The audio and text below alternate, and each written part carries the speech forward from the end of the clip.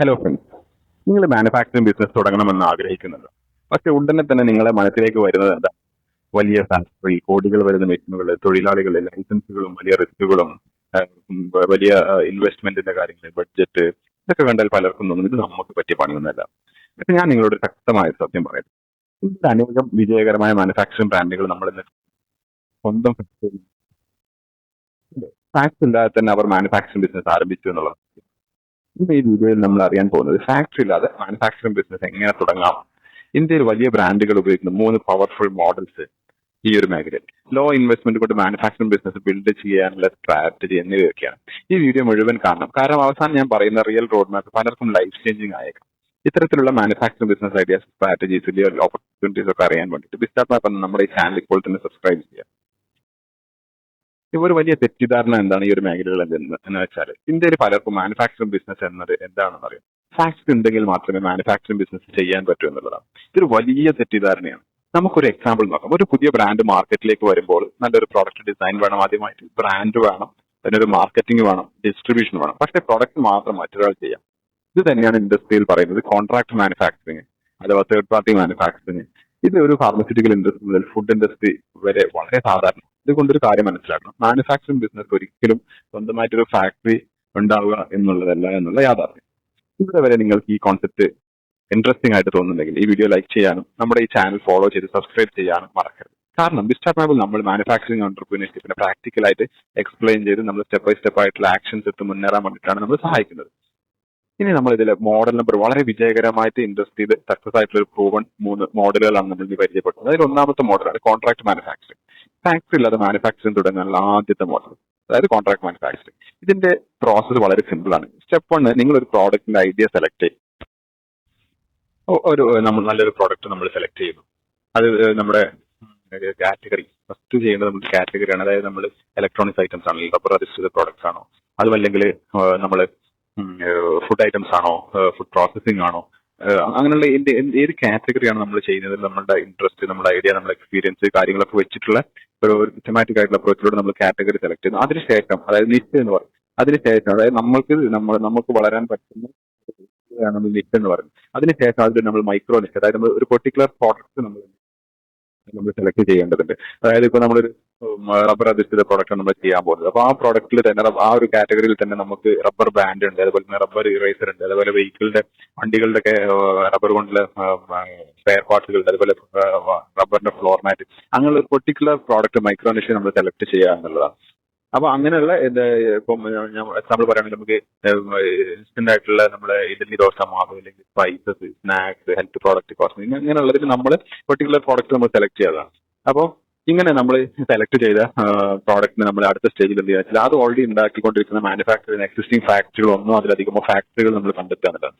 അപ്പം എന്നിട്ട് എന്ത് ചെയ്യാൻ അവരുമായിട്ട് നമ്മൾ പോയി സംസാരിക്കുക. നമ്മൾ പറയാം നമ്മളിങ്ങനെ ഒരു ബ്രാൻഡാണ്, നമുക്ക് നല്ല രീതിയിലുള്ള മാർക്കറ്റിംഗും സെയിൽസിനും ഡിസ്ട്രിബ്യൂഷൻസിനും ഒക്കെ ഉള്ള, അല്ലെങ്കിൽ ട്രേഡ് ചെയ്യാനൊക്കെയുള്ള നെറ്റ്വർക്ക് അല്ലെങ്കിൽ കപ്പാസിറ്റി നമുക്കുണ്ട്. അപ്പൊ നമുക്ക് ഈ നമ്മുടെ ഡിസൈനിൽ നമ്മളുടെ പ്രോഡക്റ്റ് നമ്മൾ പറയുന്ന സ്പെക്കിൽ നിങ്ങൾ മാനുഫാക്ചർ ചെയ്ത് തരാൻ റെഡി ആണോ അല്ലയോ എന്നുള്ള ലെവലിൽ സംസാരിച്ച് പല ആളുകളും ജോബ് കോൺട്രാക്ട് റെഡിയാകും എന്നുള്ളതാണ്. കാരണം വെച്ചാൽ നല്ലൊരു ബിസിനസ് മോഡൽ എന്ന് പറഞ്ഞാൽ ഒരു മാനുഫാക്ചറിംഗ് യൂണിറ്റ് ആളെ സംബന്ധിച്ചിടത്തോളം 70% റൂൾ എന്നൊക്കെ പറയും. 70% ജോബ് കോൺട്രാക്ടും ബാക്കിയുള്ള 30% ഓൺ മാനുഫാക്ചറിംഗ് ഒക്കെ ചെയ്യുന്ന സ്ട്രാറ്റജി അല്ലെങ്കിൽ പോളിസി ഫോളോ ചെയ്യുന്ന ഒരുപാട് കമ്പനികളുണ്ട്. അപ്പം അവർ അങ്ങനെ അപ്രോച്ച് ചെയ്യുന്ന കമ്പനികൾ അതിന് തയ്യാറാവേണ്ടതാണ് മിക്കവാറും. അങ്ങനെ ആയിക്കഴിഞ്ഞാൽ നിങ്ങൾ അവരായിട്ട് വ്യക്തമായിട്ടുള്ള ഒരു അഗ്രിമെന്റ്, ഒരു ബൈലാറ്ററൽ, രണ്ട് കൂട്ടർക്കും വിജയ സാധ്യതയുള്ള രീതിയിലുള്ള അഗ്രിമെന്റ്, അങ്ങോട്ടും ഇങ്ങോട്ടും പ്രശ്നമാവും, രണ്ട് കൂട്ടർക്കും എന്ത് ചെയ്യണം, ലാഭം വരുന്ന രീതിയിലുള്ള നല്ലൊരു അഗ്രിമെന്റ് നിങ്ങൾ സെറ്റ് ചെയ്യാം. അപ്പൊ അവർ പ്രോഡക്റ്റ് നിങ്ങൾക്ക് വേണ്ടി മാനുഫാക്ചർ ചെയ്യും. നിങ്ങളായിരിക്കും ആ ഒരു പ്രോഡക്റ്റിന്റെ ബ്രാൻഡ് ഓണറായിട്ട് മാർക്കറ്റിൽ നിങ്ങളുടെ ബ്രാൻഡിന്റെ പേരിലായിരിക്കും ആ പ്രോഡക്റ്റിനെ കുറിച്ച്, അപ്പൊ അതിന്റെ distribution, sales, after sale service ഒക്കെ നിങ്ങളായിരിക്കും ചെയ്യുന്നത്. പിന്നെ അടുത്ത സ്റ്റേജിൽ നിങ്ങളുടെ ബ്രാൻഡ് നെയിം ഉപയോഗിച്ച് പ്രോഡക്റ്റ് മാർക്കറ്റിൽ ലോഞ്ച് ചെയ്യാം. ഇത് ഉപയോഗിച്ച് അനേകം ബ്രാൻഡ്സുകൾ വളർന്നിട്ടുണ്ട് എന്നുള്ളതാണ് ഇതിലൊരു യാഥാർത്ഥ്യം എന്ന് പറയുന്നത്. എക്സാമ്പിൾ, നമ്മൾ ഒരുപാട് സ്പൈസ് ബ്രാൻഡുകളും സ്നാക്സ്, മസാല പൗഡറുകൾ, കോസ്മെറ്റിക് ബ്രാൻഡുകളൊക്കെ നമ്മൾ ഈ തിരിച്ചുണ്ട്. ഇതിൽ പലതും ബ്രാൻഡ് ഓൺ ചെയ്യുന്ന കമ്പനികൾ സ്വന്തം ഫാക്ടറി ഇല്ല എന്നുള്ളതാണ്. നമ്മൾ സ്ഥിരമായിട്ട് കാണുന്ന യൂസ് ചെയ്യുന്ന പ്രോഡക്റ്റുകൾ അവർ കോൺട്രാക്ട് മാനുഫാക്ചറിംഗ് മോഡൽ ഉപയോഗിച്ചാണ് ചെയ്യുന്നത്. അപ്പോൾ നിങ്ങൾക്കും ഇത്തരത്തിലുള്ള manufacturing model step by step ആയിട്ട് പഠിക്കണം എന്നൊക്കെ ഉണ്ടെങ്കിൽ നമ്മൾ നടത്തുന്ന മാനുഫാക്ചറിംഗ് ബിസിനസ് മാസ്റ്റർ ക്ലാസ് വെബിനാറിലേക്ക് എന്ത് ചെയ്യാൻ വേണ്ടി പറ്റും, നിങ്ങൾക്ക് രജിസ്റ്റർ ചെയ്യാൻ പറ്റും. അവിടെ ഞാൻ വിശദമായിട്ട് എന്തൊക്കെയാണ് എക്സ്പ്ലെയിൻ ചെയ്യുന്നതെന്ന് വെച്ച് കഴിഞ്ഞാൽ എങ്ങനെ നല്ലൊരു പ്രോഡക്റ്റ് സെലക്ട് ചെയ്യണം, അതായത് നിഷ്ടും മൈക്രോ നിഷ്ടും, അതായത് കാറ്റഗറി പ്രോഡക്റ്റ് സെലക്ട് ചെയ്യണമെന്ന്, ഫാക്ടറി എങ്ങനെ കണ്ടെത്തണം, അതിനുള്ള സ്പേസ്, അതുപോലെ തന്നെ അതിനുള്ള മണി എങ്ങനെ കണ്ടെത്തണം, മെഷീനറി സെലക്ട് ചെയ്യണം, ബ്രാൻഡിങ് എങ്ങനെ ബിൽഡ് ചെയ്യണം, പ്രോഫിറ്റ് മോഡൽ എങ്ങനെയാണ്, കോസ്റ്റിംഗ് ആൻഡ് പ്രൈസിംഗ്, നിങ്ങളുടെ ഇതൊക്കെ സീരിയസ് ആയിട്ടുള്ള ആളുകൾക്ക് ലിങ്ക് ഡിസ്ക്രിപ്ഷനിലുണ്ട്, ലിങ്ക് രജിസ്റ്റർ ചെയ്ത് കണ്ട് അത് ജോയിൻ ചെയ്യാം. അതുപോലെ നമ്മൾ രണ്ടാമത്തെ ഒരു പ്രൂവൺ നല്ലൊരു മോഡലാണ് നമ്മൾ ഫാക്ടറി ഇല്ലാതെ മാനുഫാക്ചറിംഗ് ബിസിനസ് തുടങ്ങാനുള്ള അടുത്തൊരു വളരെ പവർഫുൾ ആയിട്ടുള്ള മോഡൽ പ്രൈവറ്റ് ലേബൽ മാനുഫാക്ചറിംഗ് എന്ന് പറയും. ഇത് ഇ കൊമേഴ്സ് ബ്രാൻഡുകളൊക്കെ വളരെ കൂടുതലായിട്ട് ഉപയോഗിക്കുന്ന ഒരു സ്ട്രാറ്റജിയാണ്. പ്രോസസ് ഒരു ഫാക്ടറി ഓൾറെഡി പ്രോഡക്റ്റ് ഉണ്ടാക്കുന്നത്, നിങ്ങൾ ചെയ്യേണ്ടത് നിങ്ങളുടേതായ രീതിയിൽ ആ പ്രോഡക്റ്റിനെ കസ്റ്റമൈസ് ചെയ്യുക, ബ്രാൻഡ് നെയിം അതിലേക്ക് ആഡ് ചെയ്യുക, പാക്കേജിംഗ് ഒക്കെ നിങ്ങളുടേതായ രീതിയിൽ ഡിസൈൻ ചെയ്യുക, എന്നിട്ട് അതിനെന്ത് ചെയ്യുക, നിങ്ങളുടെ സിസ്റ്റംസ് നിങ്ങളുടെ റിസോഴ്സ് കാര്യങ്ങളൊക്കെ ഉപയോഗിച്ച് നിങ്ങൾ അതിനെ മാർക്കറ്റ് ചെയ്യുക എന്നുള്ളതാണ്.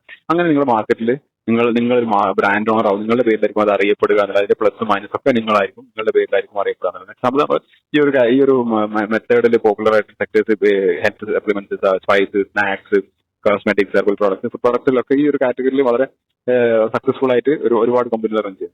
അപ്പൊ ഇന്ത്യയിൽ പല ആമസോൺ ബ്രാൻഡുകളും ഇങ്ങനെ ബിൽഡ് ചെയ്തതാണ്. അപ്പൊ അവർക്കൊന്നും സ്വന്തമായിട്ട് ഫാക്ടറിയോ ബിസിനസ് ഒന്നുമില്ല, പക്ഷെ അവർക്ക് എന്തെടുത്തിൽ വളരെയധികം സ്ട്രോങ് ആയിട്ടുള്ള മാർക്കറ്റ്, അതിനുള്ള എപ്പോഴും ഇൻഹൗസ് ആയിട്ടുള്ള റിസോഴ്സുകളും കാര്യങ്ങളൊക്കെ ഉണ്ടെന്നതാണ്. അപ്പൊ നിങ്ങൾക്ക് ഇത്തരത്തിലുള്ള ബ്രാൻഡ് ബിൽഡ് ചെയ്യാൻ സീരിയസ് ആയിട്ടുള്ള ഇൻട്രസ്റ്റ് ഉണ്ടെങ്കിൽ ബിസ്റ്റാർട്ട് എന്നുള്ള നമ്മുടെ ഈ ചാനൽ നിങ്ങൾ ഫോളോ ചെയ്യുക. കാരണം ഈ ചാനൽ നമ്മൾ എക്സ്പ്ലെയിൻ ചെയ്ത് മാനുഫാക്ചറിംഗ് ഓപ്പർച്യൂണിറ്റീസ്, എസ്പെഷ്യലി നമ്മൾ കേരള സംസ്ഥാനത്തുള്ള കാര്യങ്ങൾ നമ്മൾ കൂടുതൽ ഡിസ്കസ് ചെയ്യുന്നത്. അതുപോലെ ഇമ്പോർട്ട് സബ്സ്റ്റിറ്റ്യൂഷനായിട്ട് കൂടുതൽ ഇറക്കുമതി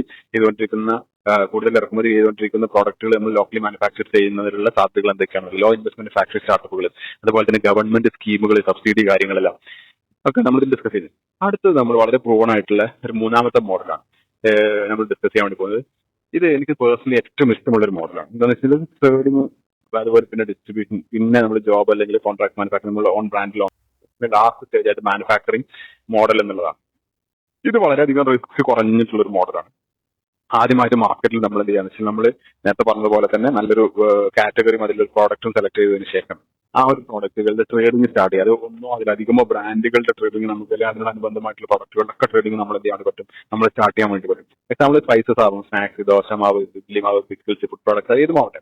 അപ്പൊ അത് അങ്ങനെ നമ്മൾ ചെയ്ത് കഴിയുമ്പോൾ വെച്ചാൽ മാർക്കറ്റ് നമുക്ക് മനസ്സിലാക്കാൻ വേണ്ടി പറ്റും, നമുക്ക് കസ്റ്റമേഴ്സിനെ അറിയാൻ വേണ്ടി പറ്റും, ആ പ്രോഡക്റ്റ് മാർക്കറ്റ് പൾസ്, അതിന്റെ ഡിമാൻഡ്, അതിന്റെ എല്ലാ വിധത്തിലുള്ള അതിന്റെ ആ ഒരു പ്രൊഡക്റ്റിന്റെ മാർക്കറ്റിംഗ്, സെയിൽസുകളുടെ സ്വഭാവ വിശേഷണങ്ങളും, അതിലെ മാർക്കറ്റിംഗുമായിട്ട് ബന്ധപ്പെട്ടിട്ടുള്ള സകല മാർക്കറ്റിൽ അതിന്റെ ഒരു ട്രെൻഡ് എങ്ങനെയാണ്, ഏത് പ്രോഡക്റ്റാണ് കൂടുതൽ ഡിമാൻഡ് ഉള്ളത്, എപ്പോഴും ആവശ്യമുള്ളത്, പ്രൈസ് റേഞ്ച് എന്താണ്, അതിന്റെ പ്രൈസ് ഒരു സെൻസിറ്റീവ് ആണോ, ഫ്ലക്ച്വേഷൻ ഉണ്ടോ, നല്ല പ്രോഫിറ്റ് കൊണ്ടുവരാൻ പറ്റുന്ന പ്രോഡക്റ്റ് അതിൽ ഏതാണ്, ഇങ്ങനെയുള്ള കാര്യങ്ങളൊക്കെ നമ്മൾ ഇങ്ങനെ ചെയ്യുന്നുണ്ട് നമുക്ക് മനസ്സിലാക്കാൻ പറ്റും. അതിൽ ഏറ്റവും വലിയ കാര്യത്തിൽ നമുക്ക് ഇത് ആവശ്യമുള്ള ആളുകളുടെ വലിയൊരു ഡാറ്റാ ബാങ്ക്, നമ്മുടെ ഓൺ ഡാറ്റാ ബാങ്ക് നമുക്ക് കൺട്രോൾ ചെയ്യാം, മാർക്കറ്റ് കൺട്രോൾ ചെയ്യാൻ പറ്റുന്ന രീതിയിലേക്ക് നമ്മൾ മാറുന്നുള്ളതാണ്. ഇതിന്റെ ഒരു അടുത്ത സ്റ്റെപ്പിൽ നമ്മൾ ചെയ്യേണ്ടതെന്ന് വെച്ചാൽ ഈ ഒരു പ്രോഡക്റ്റുകളുടെ ഡിസ്ട്രിബ്യൂഷൻ നമ്മൾ സ്റ്റാർട്ട് ചെയ്യും. ഡിസ്ട്രിബ്യൂഷൻ എന്ന് പറയുമ്പോൾ നമുക്കറിയാം പല പ്രോഡക്റ്റുകൾക്കും ആ പ്രോഡക്റ്റിന്റെ ഒരു നാച്ചുറലിനനുസരിച്ച് നമ്മൾ ഈ ഡിസ്ട്രിബ്യൂഷനിലേക്ക് പോകുമ്പോൾ നമ്മൾ ഒന്നോ അതിലധികമോ ബ്രാൻഡുകളുടെ ഡിസ്ട്രിബ്യൂഷൻസ് ഒക്കെ നമ്മൾ എടുക്കാം. നമുക്കറിയാം ഡിസ്ട്രിബ്യൂഷന് ഓരോ പ്രോഡക്റ്റിന്റെ സ്വഭാവത്തിനനുസരിച്ച്, അതിന്റെ വോള്യത്തിനനുസരിച്ച് ഒക്കെ എന്ന് വെച്ചാൽ ഡിസ്ട്രിബ്യൂഷൻ പല നാച്ചർ ആയിരിക്കും. അതായത് ഒരു ജില്ലയിലേക്ക് ഒരു ഡിസ്ട്രിബ്യൂഷൻ എന്നുള്ള രീതിയിൽ, ഒന്നോ രണ്ടോ ജില്ലകൾ കൂടിയിട്ട്, അല്ലെങ്കിൽ സ്റ്റേറ്റ് മൊത്തത്തിൽ ഒരു ഡിസ്ട്രിബ്യൂഷൻ, അങ്ങനെയുള്ളതൊക്കെ ഉണ്ടാവും. ആ ഒരു സെഗ്മെന്റിലേക്ക് നമുക്ക് കടക്കുമ്പോൾ എന്താ വെച്ചാൽ നമുക്ക് വളരെ വലിയൊരു നെറ്റ്വർക്ക്, വളരെ ബൾക്കായിട്ടുള്ള, നമുക്ക് ഇമാജിൻ ചെയ്യാൻ പറ്റുന്നതിനും വലിയ രീതിയിലുള്ള ബൾക്കായിട്ടുള്ള ക്വാണ്ടിറ്റിയിലേക്ക് നമ്മൾ ആ ഒരു സെഗ്മെന്റിൽ മാർക്കറ്റിന്റെ റിയൽ കൺട്രോളിങ് നമ്മളുടെ കൈകളിലാവും എന്നുള്ളതാണ്. അപ്പൊ ആ ഒരു സ്റ്റേജ് ചെയ്ത് കഴിയുമ്പോൾ നമ്മൾ മൂന്നാമതായിട്ട് നമ്മൾ എടുക്കേണ്ട ഒരു സ്റ്റെപ്പ് എന്താണെന്ന് വെച്ച് കഴിഞ്ഞാൽ, നമ്മൾ നേരത്തെ പറഞ്ഞ രണ്ട് മോഡൽസ് ഉണ്ടല്ലോ, അതായത് ജോബ് കോൺട്രാക്ട് അല്ലെങ്കിൽ പ്രൈവറ്റ് ലേബലിംഗ് മെത്തേഡിലൂടെ നമ്മളുടെ സ്വന്തം ബ്രാൻഡിൽ ഈ ഒരു പ്രോഡക്റ്റ് നമ്മൾ ആ സമയത്തേക്ക് ലോഞ്ച് ചെയ്യണം എന്നുള്ളതാണ്. അങ്ങനെ ലോഞ്ച് ചെയ്ത് നമ്മൾ കുറച്ചു കാലം എന്ത് ചെയ്യാം, നമ്മൾ തേർഡ് പാർട്ടി മാനുഫാക്ചറിങ്ങിലൂടെ അവര് വേറെയുള്ള ഫാക്ടറികളിൽ നിർമ്മിച്ച നമ്മളുടെ പ്രോഡക്റ്റ് നമ്മളുടെ സ്വന്തം ബ്രാൻഡ് നെയിമിൽ, ലേബലിംഗിൽ, പാക്കേജിൽ, നമ്മളുടെ sales and distribution, after sales സർവീസുകളോട് കൂടെ നമ്മളത് എന്ത് ചെയ്യാന്നുള്ളതാണ്, നമ്മളത് മാർക്കറ്റിംഗ് ആൻഡ് ട്രേഡിംഗ് ചെയ്യാന്നുള്ളതാണ്. അങ്ങനെ ആകുമ്പോൾ നമ്മൾക്ക് വളരെ അധികം നമ്മൾ മുന്നേറിയിട്ടുണ്ടാവും നമ്മൾ ഈ ഒരു സെഗ്മെന്റിൽ എന്നുള്ളതാണ്.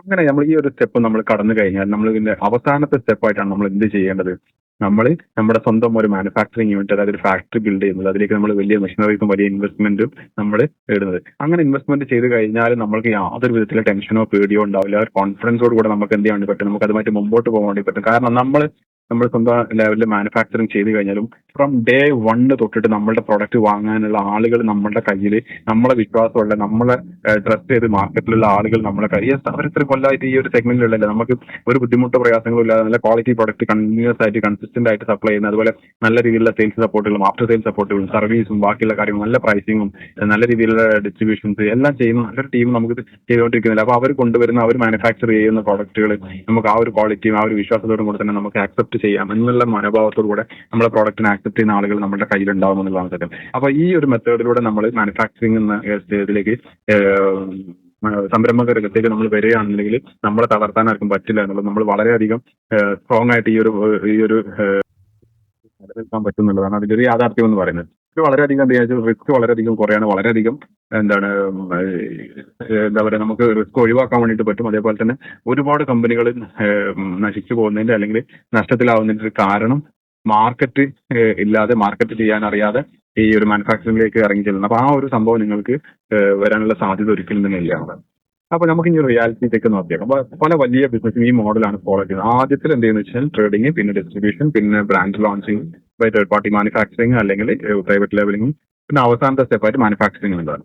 അപ്പൊ ഈ ട്രേഡിംഗ് മാനുഫാക്ചറിംഗ് റോഡ് ഞാൻ വിശദമായിട്ട് എക്സ്പ്ലെയിൻ ചെയ്യുന്ന വീഡിയോ നമ്മുടെ ചാനലിൽ മുമ്പ് ചെയ്തിട്ടുണ്ട്. അതിന്റെ ലിങ്ക് ഞാൻ ഇതിന്റെ ഡിസ്ക്രിപ്ഷനിൽ കൊടുക്കുന്നുണ്ട്. കണ്ടിട്ടില്ലെങ്കിൽ ചാനൽ സബ്സ്ക്രൈബ് ചെയ്തിട്ട് നിങ്ങൾ വിശദമായിട്ട് കേൾക്കാവുന്നതാണ്.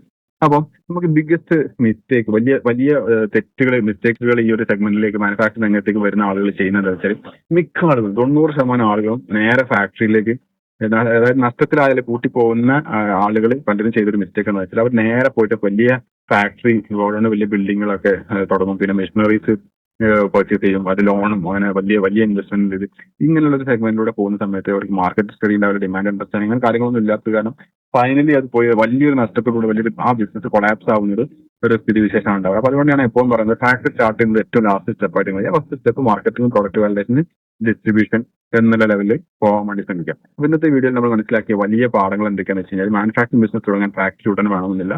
നിങ്ങൾക്ക് തുടങ്ങാവുന്നത് കോൺട്രാക്ട് മാനുഫാക്ചറിംഗ് അല്ലെങ്കിൽ പ്രൈവറ്റ് ലെവൽ മാനുഫാക്ചറിംഗ്, അതുമല്ലെങ്കിൽ മൂന്നാമത് ട്രേഡിംഗ് ടു മാനുഫാക്ചറിംഗ് മോഡൽ. അപ്പൊ ഇവ ഉപയോഗിച്ച് ലോ ഇൻവെസ്റ്റ്മെന്റ് മാനുഫാക്ചറിംഗ് ബ്രാൻഡ് നമുക്ക് ഘട്ടം ഘട്ടമായിട്ട് ബിൽഡ് ചെയ്യാനുള്ളതാണ്. അപ്പൊ നിങ്ങൾ സീരിയസ് ആയിട്ട് മാനുഫാക്ചറിംഗ് ബിസിനസ് തുടങ്ങണം, ഫാക്ടറി സ്റ്റാർട്ടപ്പ് പ്ലാൻ വേണം, റൈറ്റ് പ്രോഡക്റ്റ് സെലക്ഷൻ, അല്ലെങ്കിൽ ബിസ്റ്റാർട്ട് മാപ്പിന്റെ 1-to-1 കൺസൾട്ടേഷൻ സെഷൻസ് നിങ്ങൾക്ക് ബുക്ക് ചെയ്യാം.